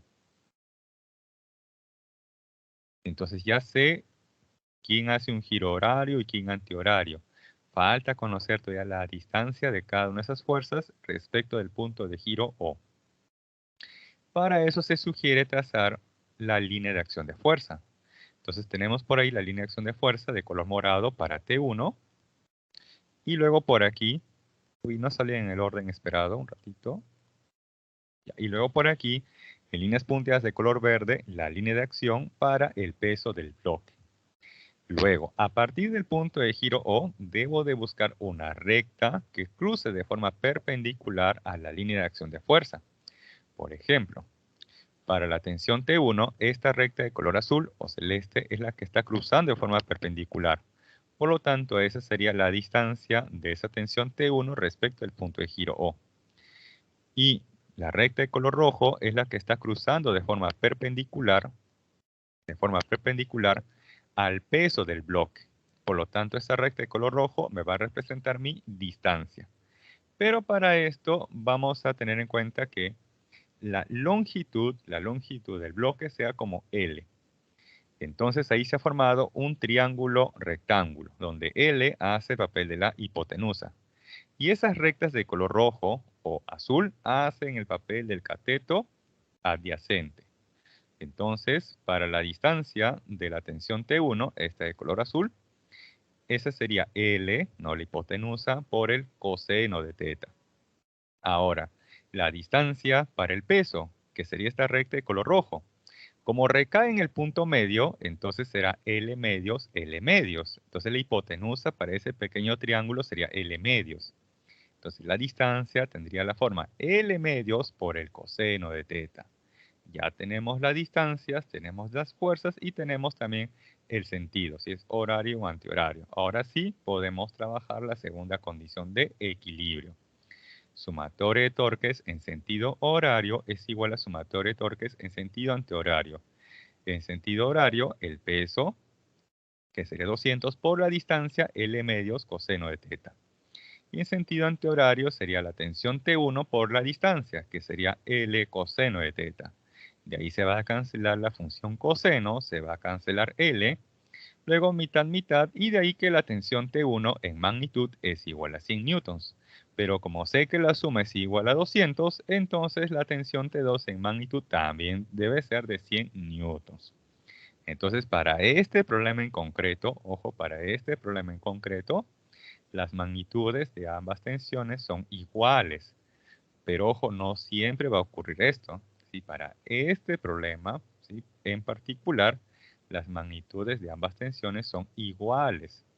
No vaya a ser que en el examen les propongan un problema parecido y ustedes digan, ah, fácil, profe, la tensión T1, la tensión T2 es igual a la mitad del peso. No necesariamente, ¿correcto? No necesariamente. Para estar seguros, yo les sugiero plantear el problema. ¿Sí? Bien, entonces hasta ahí tomen el screenshot para luego pasar al problema número 6.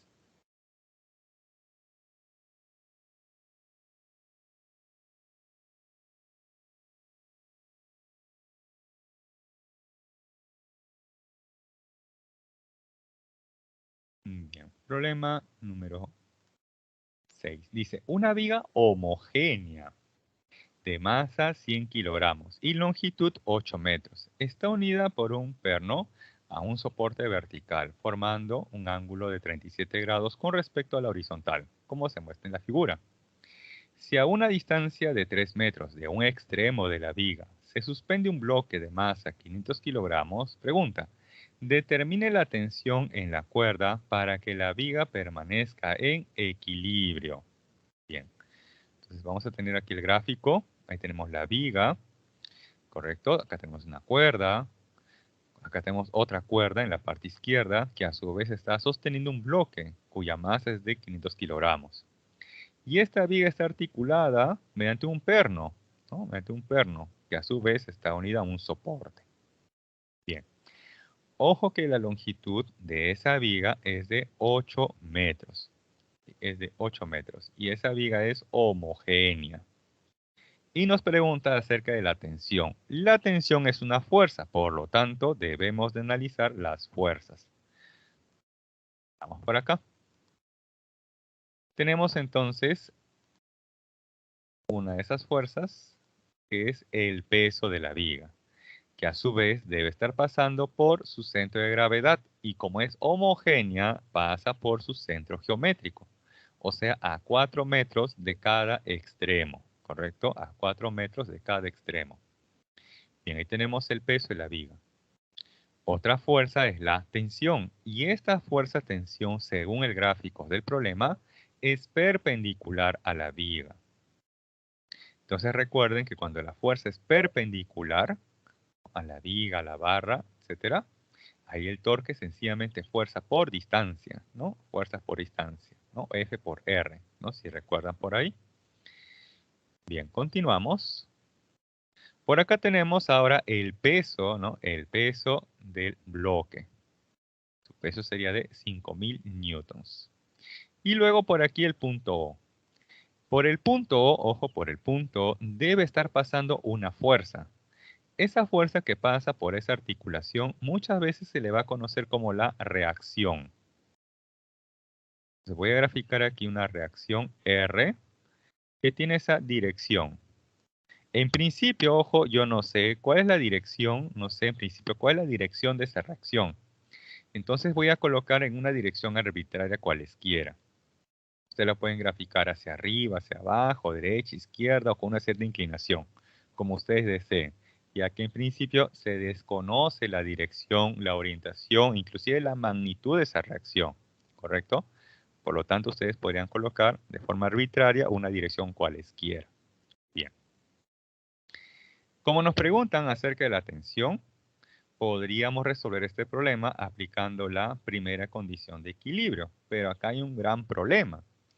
Y es que, como no se conoce la magnitud de la reacción, ni mucho menos se conoce de forma certera la dirección de la reacción, entonces no podré, ojo, no podré aplicar aquí de forma eficiente la primera condición de equilibrio, ya que me voy a llenar de muchas incógnitas, ¿correcto? Y eso es debido a la reacción. Entonces aquí se sugiere trabajar con la segunda condición de equilibrio. Eso implica utilizar torques y emplear el torque implica a su vez conocer las distancias a cada una de las fuerzas respecto del punto de giro. En este caso voy a tomar como punto de giro al punto O, ya que por ese punto está pasando una fuerza que es desconocida, que es la reacción, pero que tampoco se requiere conocer. Entonces voy a tomar como el punto O el punto de giro. Eso implica entonces que la reacción no va a realizar torque. Las fuerzas que sí van a realizar el torque respecto al punto O sería el peso de tanto la viga como de la caja y además la tensión de la cuerda. Por ejemplo, respecto al punto O, la tensión de la cuerda haría que la barra vaya hacia abajo, pero respecto al punto de giro O, haría este giro en sentido horario. De igual manera, lo haría el peso de la viga. También un giro en sentido horario respecto al punto O. Pero, ¿qué sucede con el peso de esa caja, ¿no? De ese bloque? Bien, ese peso haría que la barra o viga vaya hacia abajo, pero respecto al punto de giro O, realiza un giro en sentido, ojo, antihorario. Entonces ya sé quién realiza un giro en sentido horario y antihorario. Ahora falta conocer las distancias. Las distancias. Para esto voy a trazar las líneas de acción de fuerza para el peso, tanto del bloque como de la viga y además de la tensión. A ver. Tenemos por aquí entonces la línea de acción de fuerza del peso del bloque y a partir del punto de giro O busco una recta que cruce de manera perpendicular. ¿Correcto? Bien, según el problema, ojo, según el problema, de ese punto de articulación hacia la cuerda que sostiene al bloque hay una distancia, dice, de 3 metros. Entonces, esa distancia de 3 metros haría el papel, o esa longitud de 3 metros hace el papel de la hipotenusa. Un ratito, voy a adelantar todo esto. Ahí está, de 3 metros, correcto, 3 metros. Entonces, esa longitud de 3 metros hace el papel de la hipotenusa, en tanto que la distancia que del punto de giro hacia la línea de acción de fuerza del peso del bloque hace el papel del cateto adyacente. Por lo tanto, para él sería la hipotenusa que vale 3 por el coseno de teta, o sea, de 37. Bien, ahora por aquí, perdón. Tenemos en cuenta, ojo, hay que tener en cuenta que el peso de la viga está pasando por su centro geométrico, o sea, a 4 metros de cada extremo. Entonces, con respecto al extremo izquierdo o inferior, hay una longitud de 4 metros. Pero si del punto O al extremo inferior hay 3 metros, eso quiere decir que del punto donde está pasando el peso hacia el punto O, hay una longitud de 1 metro, ¿correcto? Ahora allí, trazamos una recta que va del punto de giro O hacia la línea de acción de fuerza, correcto, de forma perpendicular, y ahí también se ha formado un triángulo rectángulo.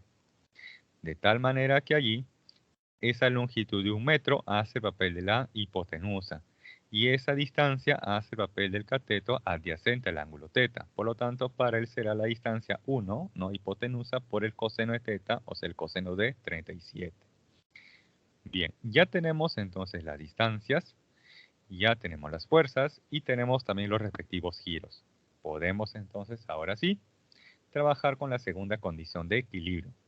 Sumatoria de torques en sentido horario es igual a la sumatoria de torques en sentido antihorario. En sentido horario tenemos por acá el peso de la viga, que vale 1000, por la distancia, que sería 1 coseno de 37, donde el coseno de 37 es de 4/5. ¿Más quién?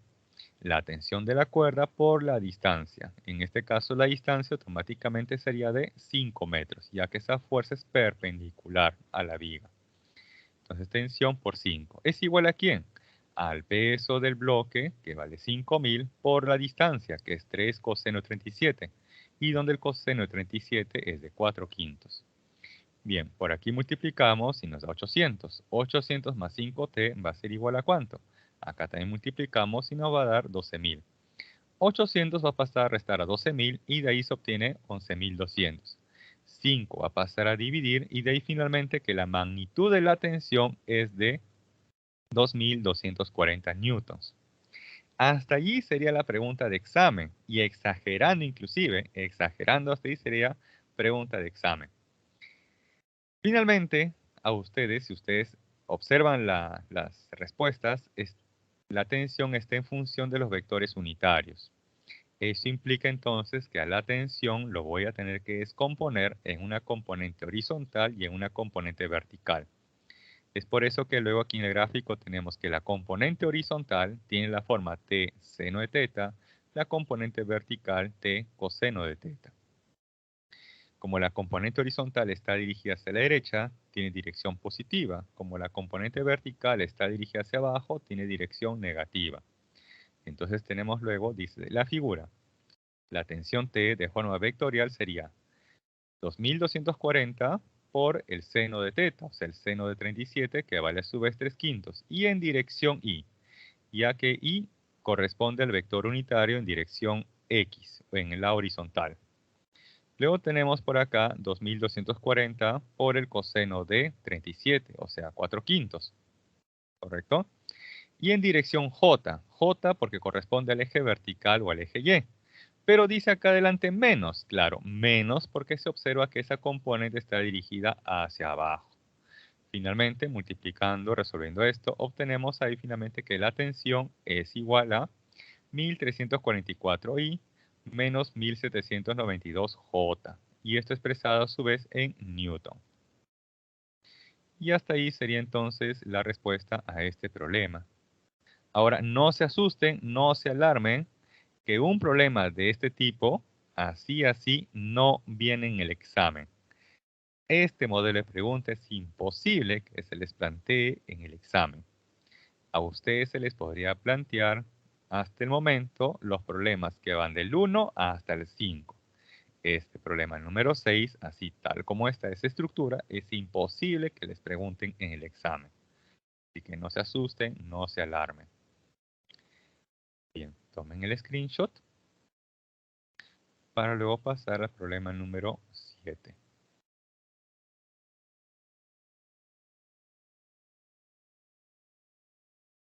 Bien, problema 7 nos dice, la figura muestra una escalera apoyada sobre una pared vertical sin fricción.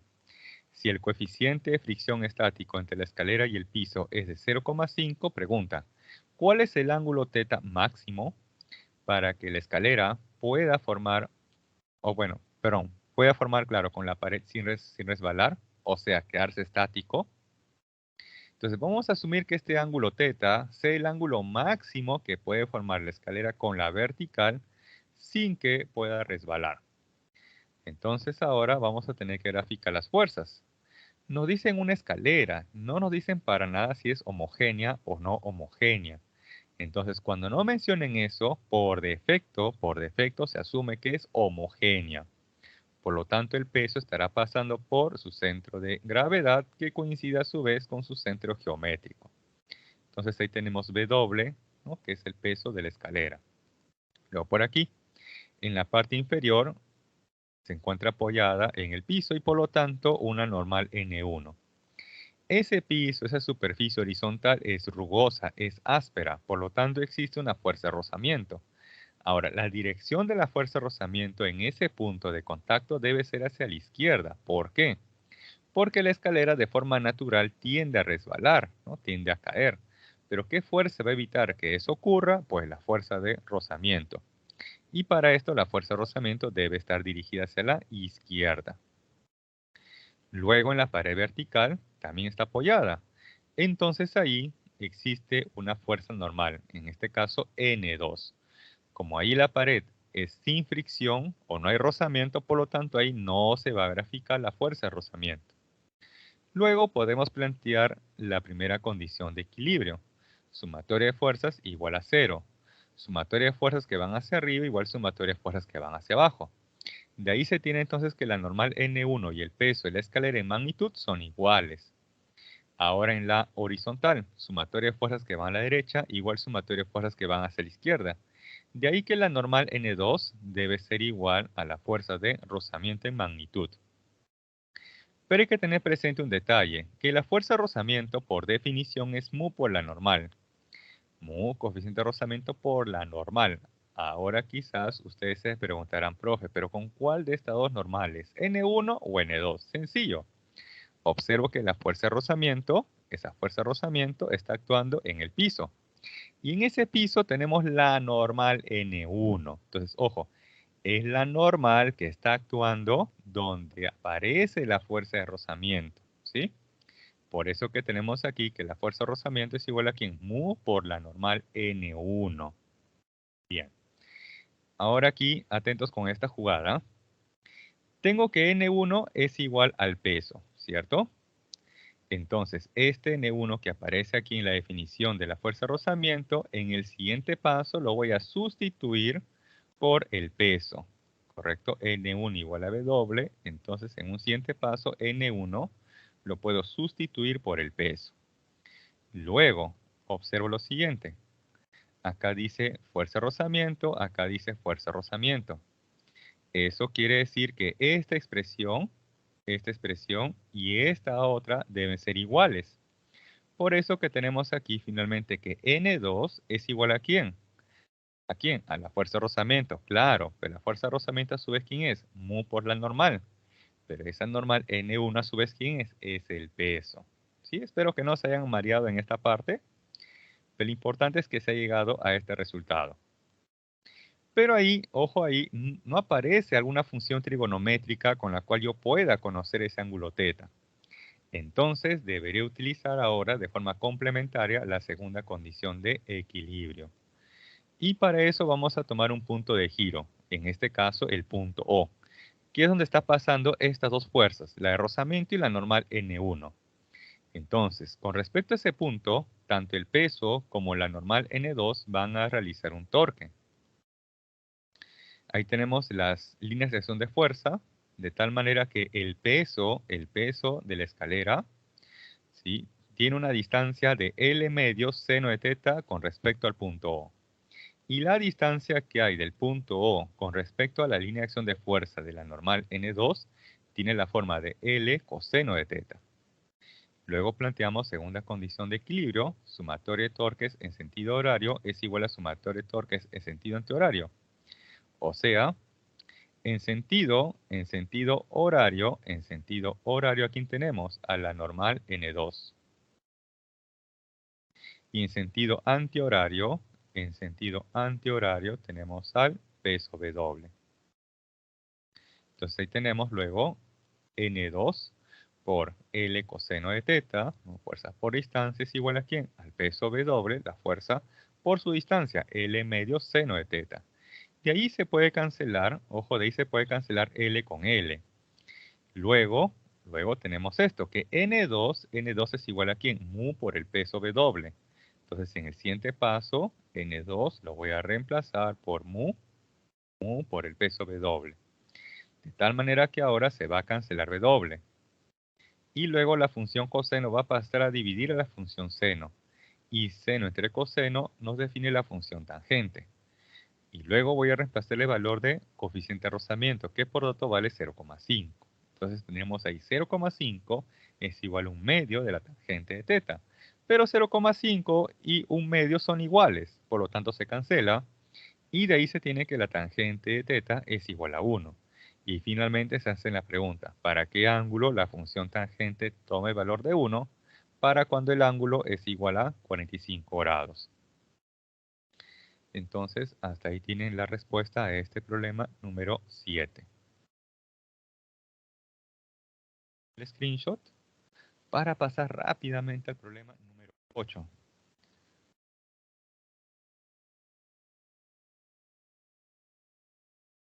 Bien, problema número 8. Y además ahí les muestro las claves de los ejercicios de casa. Dice, en la figura mostrada, la cuerda AB es paralela a la superficie horizontal y la barra homogénea BC está a punto de deslizar. Determina el coeficiente de fricción estático entre el suelo y la barra. Entonces, para esto vamos a graficar las fuerzas que actúan sobre esa barra. Una de esas fuerzas sería su propio peso, que estará pasando por su centro geométrico, ya que la barra es homogénea. Luego tenemos ahí la tensión de la cuerda, y en el punto C tenemos tanto la normal como la fuerza de rozamiento. Esta barra de forma natural tiende a resbalar, pero para que esa barra evite o no deslice, no resbale, debe de actuar una fuerza de rozamiento, que en este caso debe estar dirigida hacia la derecha. Bien, tenemos esas fuerzas y podemos plantear ahora primera condición de equilibrio. Por ejemplo, en la vertical, sumatoria de fuerzas que van hacia arriba igual sumatoria de fuerzas que van hacia abajo. De ahí que la normal y el peso de doble magnitudes son iguales. En la horizontal, sumatoria de fuerzas que van a la derecha igual sumatoria de fuerzas que van hacia la izquierda. De ahí se tiene entonces que la fuerza de rozamiento en magnitud es igual a la tensión. Ahora aquí también atentos a esta jugada. Tenemos por definición que la fuerza de rozamiento es mu por la normal. ¿Sí? Fuerza de rozamiento igual mu por la normal. Entonces, esta normal que es igual a W, que es igual al peso, lo voy a reemplazar luego aquí. Esta normal N, que está en la definición, lo voy a reemplazar por W. Pero además tenemos esto. Por aquí tengo que la fuerza de rozamiento es igual a la tensión. Y por aquí tengo que la fuerza de rozamiento por definición es igual a mu por la normal. Por lo tanto, esos dos deben ser iguales. Y eso aparece justamente aquí. Tensión es igual a ¿quién? Mu por la normal. Pero esa normal a su vez es igual a ¿quién? Al peso. Bien, ahí tenemos la ecuación número 1. Y no he obtenido numéricamente aún el valor de ese coeficiente de rozamiento. Entonces ahora vamos a utilizar de forma complementaria la segunda condición de equilibrio. Y para esto tenemos que analizar el torque. O sea, tenemos que establecer cuánto vale, las distancias. Entonces voy a trazar aquí la línea de acción de fuerza del peso, exagerándolo. Y a partir del punto de giro C, que es por donde pasa la normal y esa fuerza de rozamiento, voy a establecer la distancia. Entonces la distancia que hay de ese punto de giro C hacia esa línea de acción del peso, ¿sí? Tendría la forma de L medios coseno de 53. En tanto que la distancia que hay del punto de giro C hacia la línea de acción de fuerza de la tensión de la cuerda tendría la forma de L seno de 53. Además, la tensión de la cuerda hace un giro en sentido antihorario y, y por acá,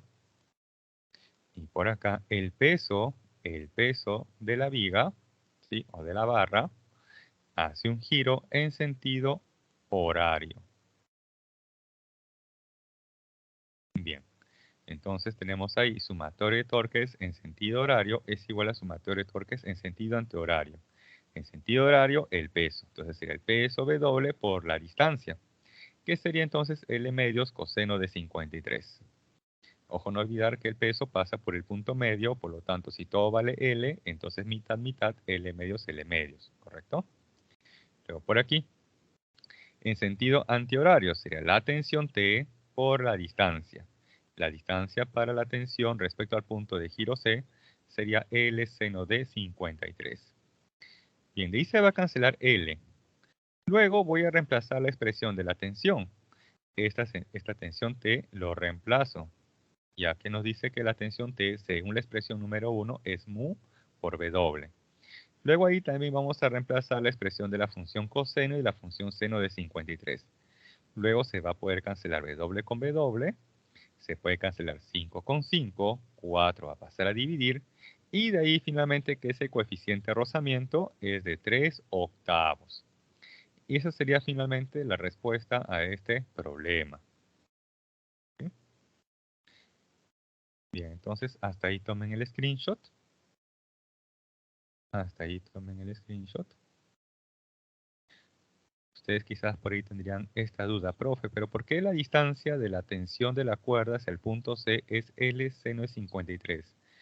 Bien, rápidamente, quizás si tienen esa duda, a partir del punto de giro C busco una recta que cruce de manera perpendicular. Y esa recta que cruza de manera perpendicular sería este de color amarillo, ¿cierto?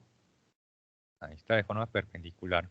Y ahí se ha formado un triángulo rectángulo, donde la longitud, ¿no?, de esa barra hace el papel de la hipotenusa.